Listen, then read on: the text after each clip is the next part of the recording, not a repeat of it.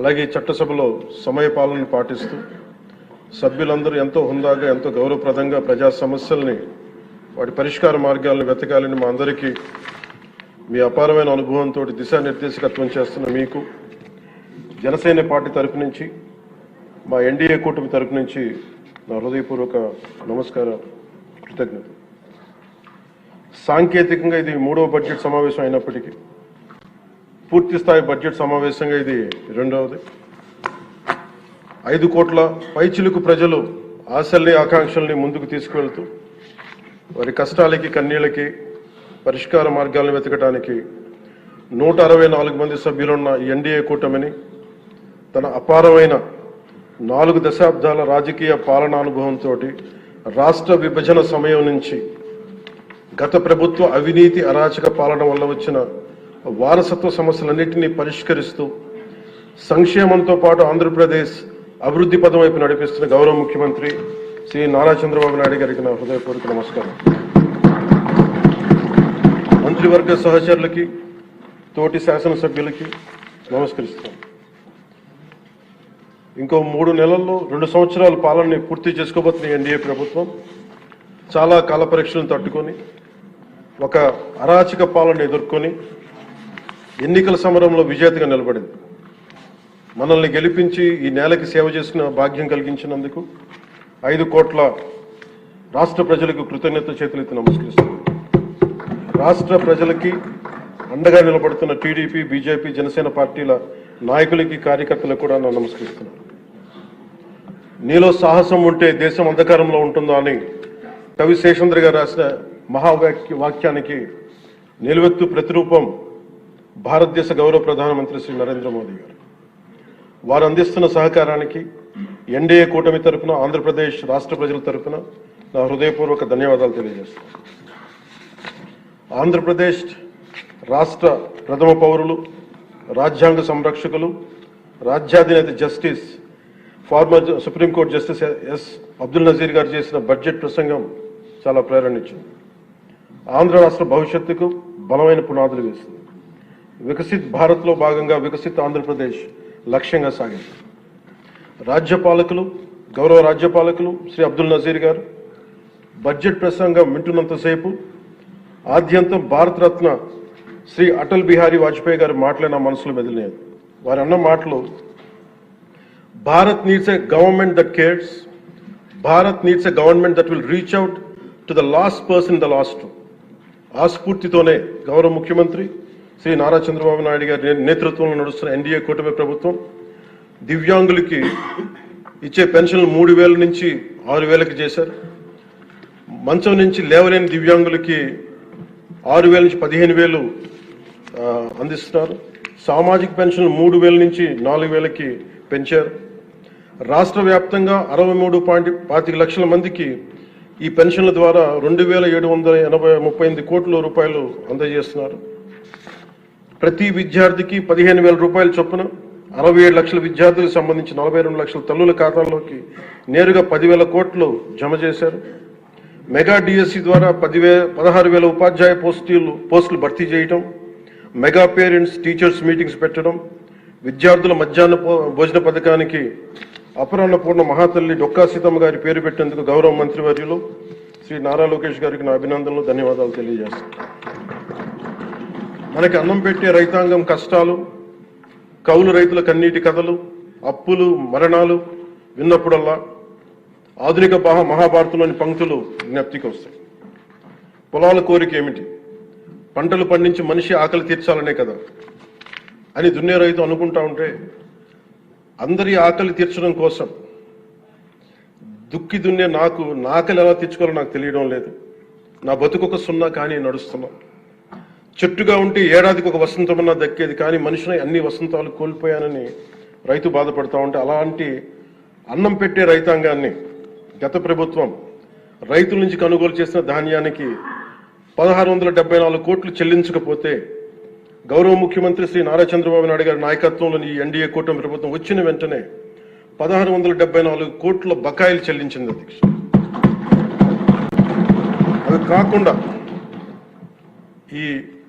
అది పే చేసిన తర్వాత దాని తర్వాత 10,650 కోట్లు 7.37 లక్షల రైతాంగానికి 24 గంటల్లోనే 10,650 కోట్లు వారి ఖాతాల్లో జమ చేయడం జరిగింది. ఇంకొక 53,000 మంది పైగా రైతులకి 48 గంటల్లో సుమారు 1000 కోట్లు చెల్లించడం జరిగింది. తొలకరి వర్షం తర్వాత జలదానం చేసిన మేఘాలకి భూమిలో ఉన్న ఒక చిన్నారి గింజ మెడ బయట పెట్టి మొదటగా వచ్చిన 2 ఆకులను చేతులుగా జోడించిందంటే కృతజ్ఞతలు తెలిపిందని ఒక కవితా పంక్తుల్లో ఉంటాయి. అలా ఆ చిన్నారి మొలకలాగా ఈ ఎన్డీఏ ప్రభుత్వం అన్నం పెట్టే రైతాంగానికి కృతజ్ఞతతో అండగా నిలబడుతుంది. అలాగే గౌరవ సభ సాక్షిగా కౌలు రైతుల కష్టాలు కన్నీళ్లు తెలిసిన వాడిగా మీ వాడిగా చెప్తున్నాను. కౌలు రైతాంగానికి భూమిని ఫలాలుగా పంటలుగా మార్చే ప్రవీణత ఉన్నవాడు ధైర్యం కోల్పోనక్కర్లేదు. మట్టిలో ఉన్న కస్తూరి తీసే మనిషికి జీవన పరిమళాల కొరత లేదు. సోదరులైన కౌలు రైతులందరికీ మీరు ధైర్యంగా ఉండండి. మీరు నిండు నూరేళ్లు బతకాలి. మీకోసం ఈ ప్రభుత్వం నిరంతరం పనిచేస్తుందని తెలియజేసుకుంటున్నాను అధ్యక్ష. ఉమ్మడి ఆంధ్రప్రదేశ్ మాజీ ప్రభుత్వ ఉద్యోగి కొడుకుగా ప్రభుత్వ ఉద్యోగులు వారి నిరాశ నిస్పృహలు నేను అర్థం చేసుకోగలను. వారి ప్రతిభకి అనుభవానికి సమర్థతకి గుర్తింపు రానప్పుడు ఏమనుకుంటాను ఈ కవితా పంక్తులు తెలియజేస్తున్న అధ్యక్ష. ఈ దేశం నా ప్రతిభకు ఒక సమాధి, ఎంత దూరం నడిచినా ఎప్పుడు దూరం అంతే. అందుకే పంచాయతీరాజ్ శాఖ బాధ్యతలు తీసుకోగానే, రూరల్ వాటర్ సప్లైస్ బాధ్యతలు తీసుకోగానే 10,000 మందికి పైగా ఏకకాలంలో ఈ ఎన్డీఏ ప్రభుత్వం నారా చంద్రబాబు నాయుడు గారి నాయకత్వంలో ప్రమోషన్ ఇచ్చాం అధ్యక్ష. అది కూడా ఎలాంటి సిఫార్సులు లేకుండా 77 మందికి తొలిసారి జిల్లా పరిషత్ సీఈఓలుగా ప్రమోషన్లు ఇచ్చాం. సంస్కరణలో భాగంగా 77 డీడీఓ కార్యాలయాలు ప్రారంభించాం. దీనికి అండగా నిలబడ్డ గౌరవ ముఖ్యమంత్రి గారికి నా హృదయపూర్వక ధన్యవాదాలు తెలియజేస్తున్నాను. ఒక దేశాభివృద్ధికి ఆయువు పట్టు రహదారు లేని చోట అభివృద్ధి శూన్యం. అభివృద్ధికి మూలమైనది రహదారులతో పాటు విద్యుత్తు, తాగునీరు, విద్య, వైద్యం, డ్రైన్స్ అండ్ శానిటేషన్. దాదాపు 2 ఏళ్ల పాలనలో ప్రపంచ కప్ గెలిచిన visually challenged women cricket team captain Deepika మొదలుకొని మొన్న పోలీస్ జాబ్స్కి లెటర్స్ ఇస్తున్నప్పుడు ఉద్యోగంలో వచ్చిన యువ కానిస్టేబుల్ కానీ, ఉదయగిరి నియోజకవర్గంలో స్కూల్ పిల్లలు కానీ, ఇలా ఎందరో ఒకటే అడిగారు అధ్యక్ష. మాకు కనీసం నడవడానికి, మా స్కూల్కి వెళ్ళడానికి, మా ఊర్లు వెళ్ళడానికి, మాకు రిలేటెడ్ ఊర్లు వెళ్ళడానికి రోడ్లు వేయండి అని నిండు గర్భిణీలు కూడా ప్రాణాలు అరచేతులు పట్టుకుని కొండలు గుట్టలు దాటుకునే పరిస్థితుల్లో జాతీయ ఉపాధి హామీ పథకం కింద పిఎం జన్మన్ రాష్ట్ర ప్రభుత్వ నిధులతోటి అడవి తల్లి బాట పేరిట 625 గిరిజన గ్రామాలను అనుసంధానిస్తూ 1005 కోట్లతోటి 1069 కిలోమీటర్ల రహదారుల నిర్మాణం చేపట్టాం. దాంట్లో దాదాపు సగం పైగా రోడ్ల నిర్మాణం పూర్తి చేశాం. కొన్ని రోడ్లు గంటల వ్యవధిలో కూడా మంజూరు చేశాం అధ్యక్ష. అలాగే మారుమూల ప్రాంత ప్రజలు, గిరిజన ప్రాంత ప్రజలు గొంతిమ కోరికలు కోరలేదు అధ్యక్ష. వారు అడుగుతుందల్లా చిన్నపాటి రోడ్ల సౌకర్యం వారు అడిగేది. ఆ రోడ్లు మంజూరు చేసినప్పుడు, పూర్తి చేసినప్పుడు ఆ ప్రజల కళ్ళలో నాకు కనిపించేది ఇవే. గుక్కెడు నిశ్శబ్దం తాగి చిరిగిన చీకట్లు కప్పుకొని పడున్న నాకు కమ్మని ఆశాముద్రమ కానుకగా తెచ్చాం. స్వాతంత్రం వచ్చి 7 దశాబ్దాలు దాటిన విద్యుత్ వెలుగులు లేని 17 కుటుంబాలు చెంది ఒక మారుమూలన గిరిజన గ్రామానికి ₹1 కోటి పైగా వెచ్చించి 17 కుటుంబాలు ఉన్న గ్రామానికి 9.6 కిలోమీటర్ల మేర 200 పైగా విద్యుత్ స్తంభాలను పాతి ట్రెడిషనల్ పవర్తో పాటు పిఎం జన్మన్ పథకం కింద సోలార్, విండ్ ఎనర్జీతో పాటు హైబ్రిడ్ విద్యుత్ వ్యవస్థని ఏర్పాటు చేశాం అధ్యక్ష. ఆ విద్యుత్ వెలుగుల్లో, గిరిపుత్రుల్లో, గుండెల్లో నాకు ఈ భావన చాలా బలంగా తెలుసు. వెలిగిన బల్బును చూసి వారు ఒకటే అనుకున్నారు అధ్యక్ష, పొద్దు గుంకితే చీకట్లో బతికే ప్రజలు ఆ వెలుగుతున్న బల్బును చూసి ఎన్నాళ్ళకి మా అతిథిగా వచ్చాం, ఈ సుధీల కుటీరానికి ఇంత వెలుతురుని తెచ్చామని వారి గుండెల్లో ఉన్న వారికి ఆ భావన నాకు నిజంగా తెలిసింది అధ్యక్ష. గౌరవ ప్రధాని శ్రీ నరేంద్ర మోదీ గారు వ్యక్తిగతంగా జల్ జీవన్ మిషన్ చాలా ఇష్టపడి ఎంతో బడ్జెట్ దాదాపు 191,011 కోట్లు ఆయన 1924 మధ్యలో ఈ జల్ జీవన్ మిషన్కి బడ్జెట్నిచ్చి ఈ దేశ సగటు పౌరుడికి కనీసం సరాసరి 55 లీటర్ల రక్షిత మంచినీరు అందించాలని లక్ష్యంగా ముందుకు వస్తే గత ప్రభుత్వం కేంద్రం నుంచి 27,000 కోట్లు కేంద్ర ప్రభుత్వం ఆమోదం తెలిపితే ఖర్చు పెట్టింది వాళ్ళు దాదాపు కేవలం 4,000 కోట్ల అధ్యక్షుడు. అందులో కేంద్రం వాటా 2,000 కోట్లు. 4,000 కోట్లు ఖర్చు చేసి పైప్ లైన్లు వేయడం తప్ప ఒక్క గ్రామానికి సంపూర్ణంగా నీరు ఇచ్చింది లేదు. జైజీవన్ ముగిసే నాటికి అలాటెడ్ 27,000 కోట్లు వాళ్ళు ఖర్చు పెట్టింది మినహాయిస్తే 23,000 కోట్లు వినియోగించుకోలేపారు అధ్యక్ష. అలాగే అది ఎక్స్పైర్ అయిపోయిన తర్వాత కూటమి ప్రభుత్వం నారా చంద్రబాబు నాయుడు గారి నాయకత్వంలో అధికారంలోకి వచ్చిన తర్వాత ముఖ్యమంత్రి గారు కూటమి నేతలందరూ కలిసి కేంద్ర నాయకత్వాన్ని అడిగి ఇంకొక పొడించుకోగలిగాం.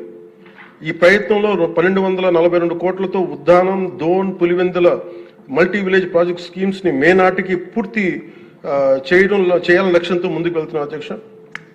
అలాగే ఈ కొత్త సంవత్సరంలో కూడా కొత్తగా ఇంకొక 5 జిల్లాలు ఈ ఎక్స్టెండెడ్ పీరియడ్ లో కొత్తగా 5 జిల్లాల పరిధిలో 7,910 కోట్లతోటి వచ్చే 2 ఏళ్లలో పూర్తి చేయాలని లక్ష్యంగా పెట్టుకున్నాం అధ్యక్ష. చిత్తూరు, ప్రకాశం, పల్నాడు, ఉభయ గోదావరి జిల్లాలో చేపట్టిన పనులు పూర్తయితే వచ్చే 30 ఏళ్లలో 1,21,00,000 ప్రజల రక్షిత మంచినీటి అవసరాలను తీరుస్తుంది. మిగిలిన 960 కోట్లతోటి మల్టీ విలేజ్ స్కీమ్స్, అలాగే నీటి ఎద్దడి తీవ్రత ఉన్న పంచాయతీ మంచినీటి సమస్యను తీర్చే విధంగా గౌరవ సీఎం గారి ఆధ్వర్యంలో ప్రణాళికలు సిద్ధం చేస్తున్నాం అధ్యక్ష. గత ప్రభుత్వపు అరాచక, అసమర్థ, అవినీతి పాలన వారసత్వపు సమస్యలు ఎంతో ఎన్డీఏ ప్రభుత్వానికి చాలా పెను సవాల్గా మారినాయి. కానీ ముఖ్యమంత్రి గారి పరిపాలనా అనుభవం అన్నింటినీ అధిగమిస్తూ ఇచ్చిన మా ప్రతి మాటని నిలబెట్టుకుంటూ ముందుకెళ్తున్నాం. సంక్షేమం, అభివృద్ధి రెంటిని సమన్వయపరుచుకుంటూ ముందుకు వెళ్తున్నాం. మొన్న గవర్నర్ గారి ప్రసంగంలో అదే ప్రస్ఫుటంగా గోచరించింది. అలాగే ఈ సందర్భంలో గవర్నర్ శ్రీ అబ్దుల్ నజీర్ గారి వ్యక్తిత్వం గురించి ప్రత్యేకంగా చెప్పుకోవాలి అధ్యక్ష. Is a great scholar, legal luminary, a humanist, a devout religious man with a respect for all religions and a great patriot. People of Andhra Pradesh and our NDA government is fortunate for having him as our beloved governor అధ్యక్ష. అలాంటి ఉన్నతమైన వ్యక్తి ముందు ఆ 11 మంది సభ్యులు వారి ప్రసంగ సమయంలో వెల్లోకి వచ్చి రభస చేసిన విధానం చూస్తే నాకు ఒకటే అనిపించింది అధ్యక్ష, హనుమంతుడి ముందు కుప్పి గంతులు వేయడం ఏంటి అన్న. అలాగే 151 నుంచి 11 సభ్యులకి పడ్డ వారిని చూసి మనం అందరం కూడా నేర్చుకోవాల్సింది, గుర్తుపెట్టుకోవాల్సింది అది భారతరత్న వాజ్పేయి గారి మాటల్లో, democracy రెsts on one belief, and that is when leaders cannot solve the problems, the people will. అందుకని ఇది మనం చాలా జాగ్రత్తగా మన భారతరత్న వాజ్పేయి గారి మాటల్ని మనం తీసుకోవాలి అధ్యక్ష. అలాగే under guidance of honourable CM deputy CM honourable CM Shri CBN Chandrababu Naidu గారు ఈ భారతరత్న వాజ్పేయి గారి మాటల్లోనే వారు